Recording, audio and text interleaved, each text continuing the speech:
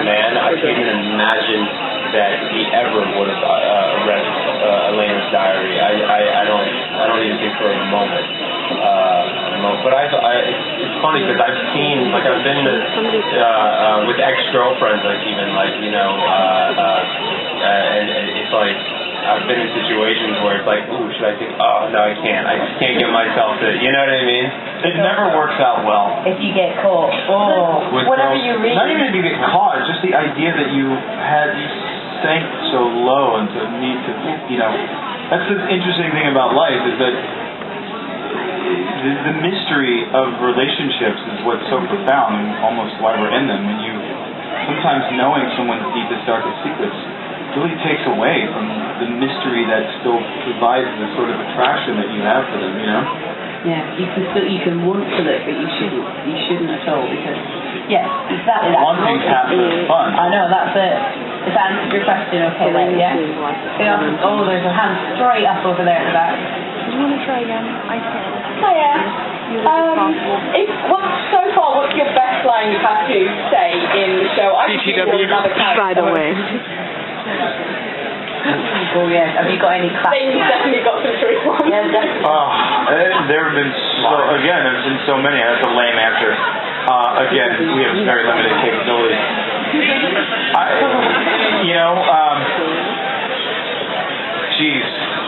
can't think of one in particular. The Count Deepak was pretty funny. That was a pretty funny line. Seven's trying to be deep and noble and moral, and I say, okay, Count Deepak. What about the Twilight line?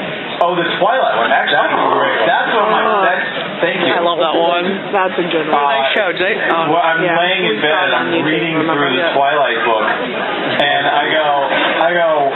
Yeah, Caroline asked, how come you guys don't sparkle? Oh, and I say, well, I live in the real world with vampires. I don't remember what the hell I said, but the end all be all of it was that I say, what's so special about this Stella girl? This Edward guy is so whipped.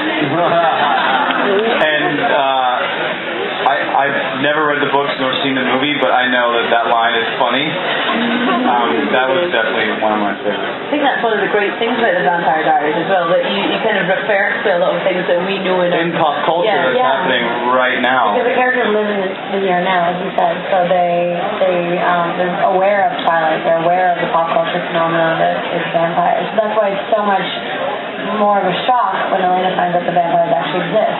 Yeah, she's like, wait, that movie just came out in theaters like 3 months ago. How is that actually real? It's a movie. No, it's really good. Okay, who else? Oh, we've got right in front here. We've got some down here. Sorry, I'll get round to you. What's the funniest thing that happened on set? Funniest thing on set? On set. Do you play kind of pranks on each other, or is it? We're so high. Yeah, I don't know. We're kind of a boring cast in that way. We're always so tired and busy that we really.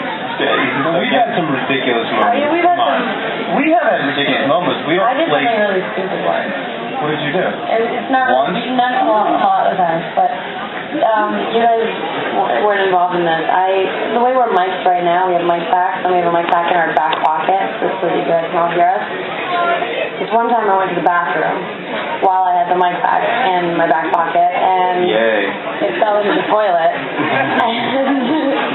It was it's like $2,000 or $3,000 piece of equipment. Small ones survive. And most people when they do that, they then deny it and they pretend it just got wet sometimes. Wow, I don't know how that happened. Yeah, no. Did you own up? Yeah, I owned up to it. I felt really bad, not going to pay for it, but they wouldn't let me. So. But I got made fun of. Everyone on set, like the whole time, the whole day, they just kept on laughing at me as I'd walk by, just snickering. And I was like, oh. On set, who's got the biggest trailer then? Yeah, requested a trailer. I have the biggest one now. No, I'm joking. They're all the bells about the same, right? And do you have? Actually, we share one. Yeah, we all. It's compartmentalized. There's 3 of them in one little thing, and we're all next to each other. So when we're using the toilet, we can very modest. We can knock and play SOS. You can hear everything. Yeah, you can hear everything. The walls are really like. So we're not close at all. Yeah. Ian, shut up.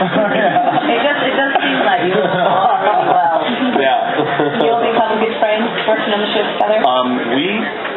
No. Yeah. I adore these two people, and I respect them, and I love them, and I couldn't imagine doing this with anyone else. Yeah. It's such a pleasure to Period. people that you love. Yeah. Stop stealing! You know, you think with all these people, that's what it is. They think so much going on, and put this nano in my pocket, no one will notice. Wrong. Okay, who else has got something? Okay, why don't we go to Lady in the Pink there? We'll get you the microphone. Pink everywhere. Do you think the programs differ that much to the book? Yeah. Yes. Yeah. No, yeah. Yes, I know, but more predominantly, yes. They certainly deviate, and I think they deviate for good reason. It's because it has to be a TV series. You can't. It's hard. It's really hard to make it a show that can stay on for 5 years and really be literal. I just got eaten. And stick through the book. I mean, it's more of a skeleton. It's a basis. Yeah. It's a foundation. Yeah. It's a foundation, and from the very, very beginning, like Bob Levy said, our executive producer, he said that because they own the books, and Kevin Williamson was using the books as a foundation, and that there's a certain amount of creative license that we're going to take to sort of suit the needs of the show and sort of move it to the sort of in the way in which they need the story to go. With that said, there is a tremendous amount of respect for the original, the integrity, and for me, reading Stefan, I wanted to maintain. I knew a lot of people fell in love with Stefan because of the book. There we go. No wonder why my camera was shaking. I didn't hold down the shutter button. I did it halfway. L.J. Smith is the author of the book. How many books did she write since I think 5. And there's 2 January. more. One in 2010. January, the other ones come out. Obviously, it has to stray away from the series has to stray away, because otherwise, if there's only 5 books, you're not going to be able to make a million series off the back of Well, I don't know. Well, the stories they can be prolonged pretty well. I mean, one episode could be in the span of maybe 2 days. Yeah. One concept in the book can go on for 5 seasons. Look at 24. One day. Yeah. One day. One season. Are you going back into 24? I am. Speaking of, I like that. Threw that in on purpose. No, I didn't really. I have a really small role. I play Kim Bauer's husband, Alicia Cuthbert's husband, and it's I did 2 episodes last season, and I'm in this 2-hour season premiere. Okay. Yeah. So how did you get time to do all the other stuff? Because you might be going back into a law school. Are you doing films as well? In the hiatus? Only in the time off. Okay. So you've got a really busy month this month then? With What is it this month you're doing? Oh, yeah. No. Oh, the 3 months. Yeah. That is the time when 3 you months plan in the summer. everything. We Wow. hope. Who else has got something? Okay. I think at the front seems very keen here. Okay, let's come down. Back over there. Yeah. You asked. No. Why do I always have to lunch? Again? First meeting, you look amazing.